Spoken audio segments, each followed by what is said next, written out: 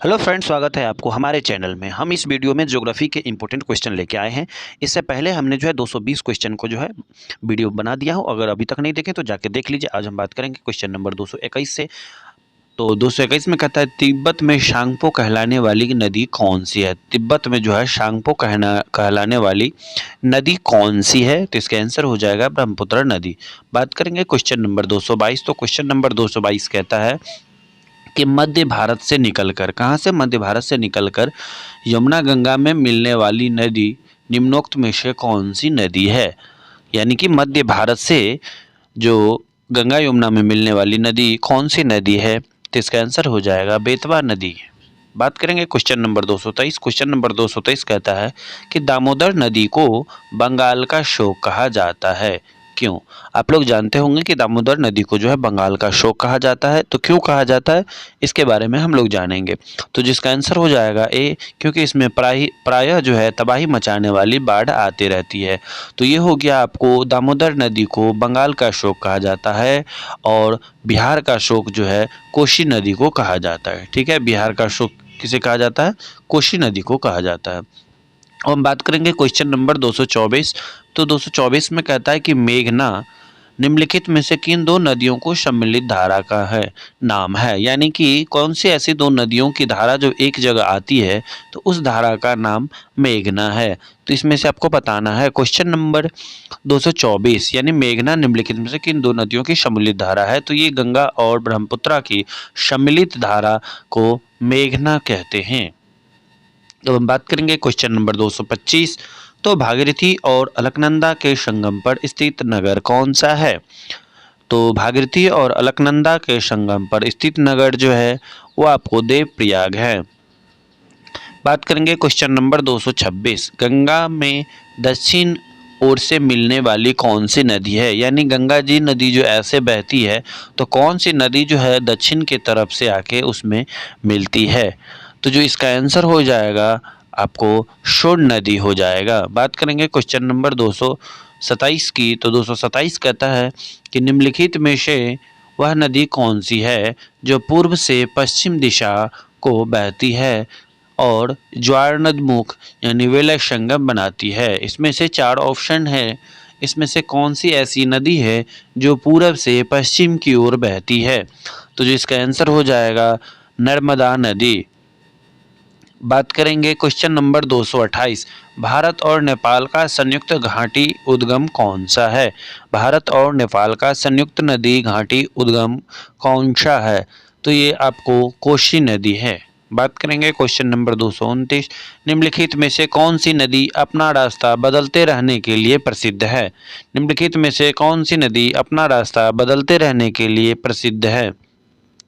तो जो इसका आंसर हो जाएगा आपको कोसी नदी हमेशा अपना रास्ता बदलती है, इसीलिए इसे बिहार का शोक कहा जाता है। बात करेंगे क्वेश्चन नंबर 230। आही गया बिहार का विषाद यानी शोक किस नदी को कहते हैं। तो कोसी नदी को बिहार का विषाद यानी शोक नदी कहते हैं।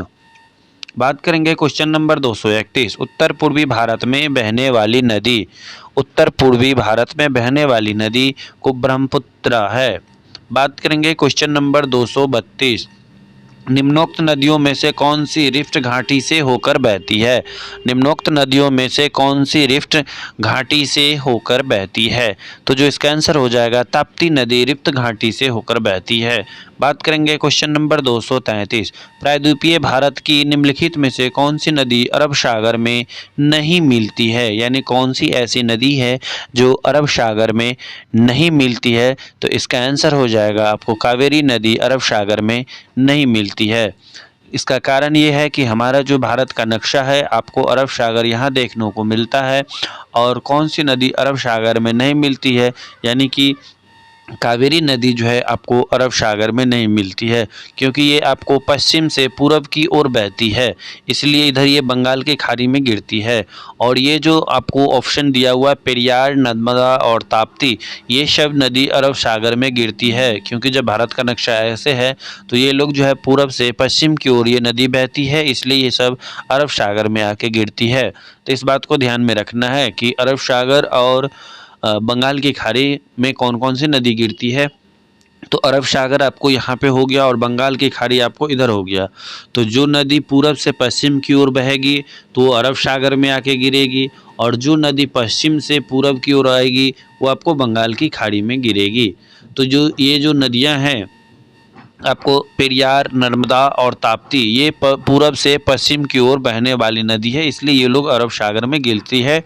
और जो कावेरी नदी है, कावेरी जो नदी है वो आपको पश्चिम से पूरब की ओर बहती है, तो इसलिए ये अरब सागर में नहीं गिरती है। बात करेंगे क्वेश्चन नंबर 234, कहता है निम्नलिखित में से कौन सी नदी ज्वारनदमुख एस्चुरी बनाती है। कहता है ज्वारनदमुख जो है एस्चुरी बनाती है, तो इसका आंसर हो जाएगा नर्मदा नदी, क्योंकि जो भी नदी आपको पूरब से पश्चिम की ओर अरब सागर में गिरती है वो सभी नदियां जो है ज्वारनदमुख यानी एस्चुरियाँ बनाती है। लेकिन कावेरी, कृष्णा और महानदी ये सब जो है आपको बंगाल की खाड़ी में आके गिरती है, इसलिए ये सब जो है ज्वारनदमुख नहीं बनाती है। बात करेंगे नासिक किस नदी के किनारे अवस्थित है। तो जो नासिक है वो आपको गोदावरी नदी के किनारे स्थित है और इसका जो है उद्गम स्थल जो है नासिक ही है। बात करेंगे क्वेश्चन नंबर 236, भारतीय मरुस्थल की एक महत्वपूर्ण भूमि नदी कौन सी है।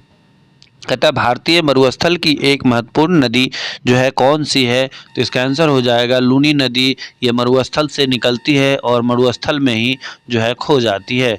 ये मरुस्थल से निकल के आपको मरुस्थल में ही खो जाती है। बात करेंगे क्वेश्चन नंबर 237, कहता है भारतीय वनस्पतिक सर्वेक्षण यानी बोटनिकल सर्वे ऑफ इंडिया का मुख्यालय जो है कहाँ पे है, तो ये आपको कोलकाता में है। भारतीय वनस्पतिक सर्वेक्षण जो है आपको कोलकाता में है।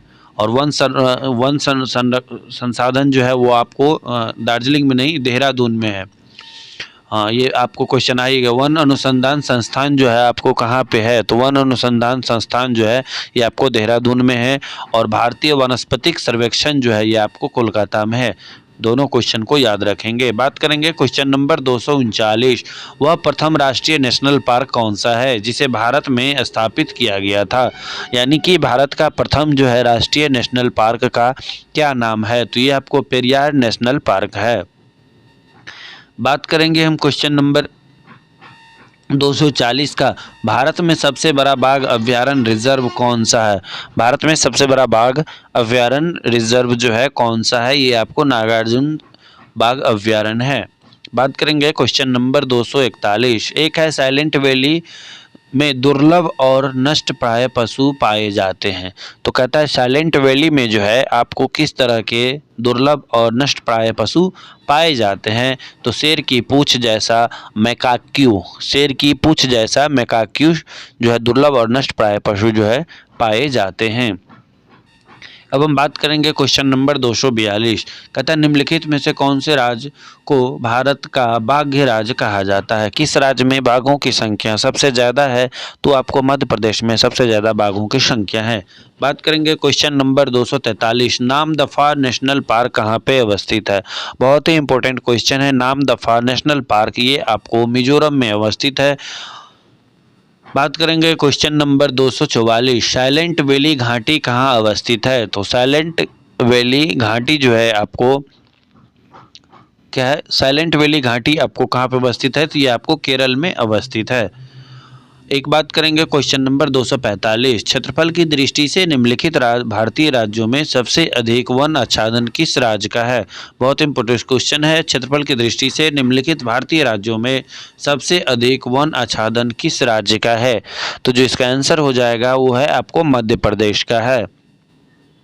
बात करेंगे क्वेश्चन नंबर 246, उड़ीसा राज्य में शिम्पी पाल की प्रसिद्धि का कारण क्या है, यानी शिम्पी पाल एक अभयारण्य है और किस लिए प्रसिद्ध है, तो इसका जो आंसर हो जाएगा ये वन्य जीव अभयारण्य है। शिम्पी पाल क्यों प्रसिद्ध है, तो जो ये एक वन्य जीव अभयारण्य है। बात करेंगे क्वेश्चन नंबर 247, भरतपुर पक्षी अभयारण्य किस राज्य में अवस्थित है, तो भरतपुर पक्षी अभयारण्य आपको राजस्थान में जो है अवस्थित है और ये नाम से ही पता है भरतपुर, ठीक है। बात करेंगे क्वेश्चन नंबर 248, मध्य प्रदेश का शिवपुरी राष्ट्रीय पार्क किस लिए प्रसिद्ध है। जो मध्य प्रदेश का एक शिवपुरी राष्ट्रीय पार्क है वो कौन से चीज़ के लिए प्रसिद्ध है, तो वह तेंदुआ और चीतल के लिए प्रसिद्ध है। बात करेंगे क्वेश्चन नंबर 249। एकमात्र सेंचुरी है जहां कश्मीरी महामृग पाए जाते हैं। कहने का मतलब है कि भारत में एक ऐसा एकमात्र सेंचुरी है जहां पे कश्मीरी मृग जो है पाए जाते हैं। वो है आपको दाचीग्राम में। कहाँ पे है? दाचीग्राम। बात करेंगे क्वेश्चन नंबर 250। भारत में वन विस्तार की लगभग कितनी प्रतिशत होगी? भारत में वन विस्तार की लगभग कितनी प्रतिशत होगी? तो ये आपको 23% है। और पृथ्वी भूमंडलीय वातावरण को बैलेंस रखने के लिए जो है कितने परसेंट वन की आवश्यकता है? तो वो आपको 33.3% का आवश्यकता है। बात करेंगे क्वेश्चन नंबर गिर वन कहाँ पे है? देखिए इसमें बहुत ही इंपॉर्टेंट क्वेश्चन है। तो गिर वन जो है गुजरात में है। कहाँ पे गिरा? तो गुजरात में जाके गिरा। इस प्रकार से आप याद रख सकते हैं। कहाँ पे गिरा? तो गुजरात में जाके गिरा। अब हम बात करेंगे क्वेश्चन नंबर 252। आखिर गिर वन जो है किस लिए प्रसिद्ध है? तो गिर वन जो है आपको सिंह के लिए प्रसिद्ध है। सिंह कहाँ पे आके गिर गया? तो आपको गुजरात में आके गिर गया। अब हम बात करेंगे क्वेश्चन नंबर 253। सुंदरी वृक्ष निम्नलिखित में से किसकी एक विशेष प्रकार की वनस्पति है? जो सुंदरी वृक्ष है निम्नलिखित में से किसकी एक विशेष प्रकार की वनस्पति है? तो सुंदरी वन जो है आपको ज्वारीय वन कहलाती है। थोड़ा सा साउंड प्रॉब्लम यहाँ हो सकता है क्योंकि जो है अभी हमारे बगल में एक बस स्टैंड है और वहाँ पे मैं आया हुआ हूँ। फिर भी आप लोगों के लिए जो है वीडियो लेके आया हूँ। थोड़ी सी आवाज़ कभी कभी प्रॉब्लम हो सकती है तो थोड़ा सा उसको इग्नोर करेंगे। बात करेंगे नागरहोल नेशनल पार्क। कौन सा national park? Nagarhole national park किस राज्य में अवस्थित है? तो ये आपको कर्नाटका में है। नागरहोल नेशनल पार्क क्या है? NNP।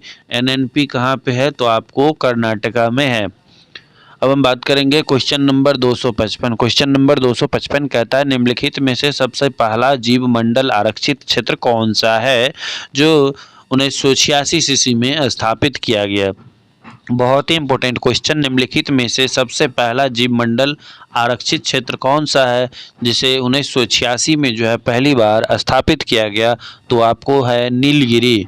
बात करेंगे क्वेश्चन नंबर 256। भारत में निम्नलिखित में से वह कौन सा वन्य जीव अभ्यारण्य है जहां गैंडों के संरक्षण की परियोजना चल रही है? भारत में निम्नलिखित में से वह कौन सा वन्य जीव अभ्यारण्य है जहां गैंडों के संरक्षण की परियोजना जो है चल रही है? वो आपको काजीरंगा है। बात करेंगे क्वेश्चन नंबर 257। भारत में वर्षा वन पाए जाते हैं। भारत में वर्षा वन पाए जाते हैं उत्तर पूर्वी हिमालय और पश्चिमी घाट में। बात करेंगे क्वेश्चन नंबर 258। मुद्दुमलाई वन्य प्राणी सेंचुरी किस राज्य में अवस्थित है? तो मुद्दुमलाई वन्य प्राणी सेंचुरी जो है आपको तमिलनाडु में अवस्थित है। अगला क्वेश्चन, चिपको आंदोलन किससे संबंधित है? चिपको आंदोलन आपको वन संरक्षण से संबंधित है। बात करेंगे क्वेश्चन नंबर, जिम कॉर्बेट राष्ट्रीय अभ्यारण्य कहाँ अवस्थित है? तो जिम कॉर्बेट राष्ट्रीय अभ्यारण्य उत्तराखंड में अवस्थित है। इसी के साथ ये वीडियो जो है यहीं पे समाप्त होती है। बहुत जल्द इसका नेक्स्ट पार्ट 261 से लेके 300 तक आएगा, तो आप लोग चैनल को सब्सक्राइब